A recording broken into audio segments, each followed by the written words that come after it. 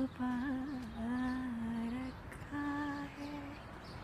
পর্তুগালে আমি যেই এলাকায় থাকি তার বনফুল, কিন্তু বনফুল হলো এই বনফুলগুলো এত সুন্দর গন্ধ,